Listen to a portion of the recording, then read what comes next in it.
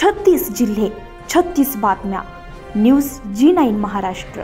उत्तर तुमच्या प्रश्नांची.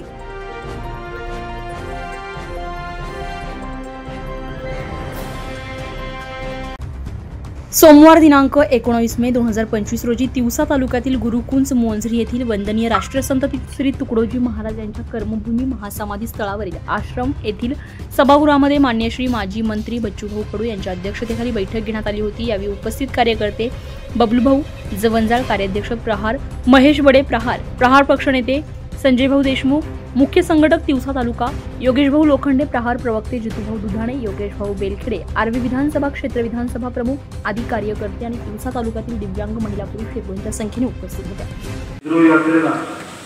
आपल्या तालुक्यातून आपल्या जिल्ह्यातून स्वतःचा सपोर्ट मिळणार या संदर्भात उपक्रम करता होणार आहे.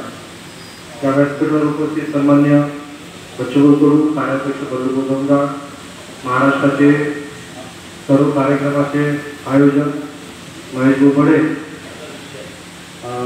जितूभाऊ दुधाणे आणि बेलखेडे आणि यामध्ये आपल्या सर्वांमध्ये बसलेले सर्व कार्यकारिणीचे सदस्य यांचं मी पुन्हा स्वागत करतो.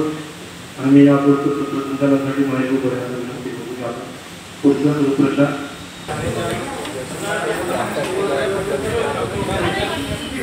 आम्ही 2 तारखेपासून जे यात्रा करणार आहोत, एकंदरीत बदललेलं जे हवामान चित्र आहे आणि जे काही अंदाज हवामानाचे आले ते 2, 3, 4, 5, 6 तारखेला प्रचंड पाऊस पडणार आहे.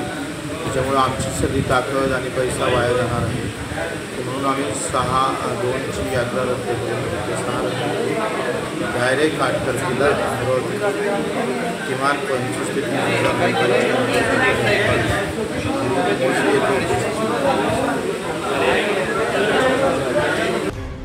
न्यूज G9 महाराष्ट्रासाठी नंदकिशोर मते, तिवसा.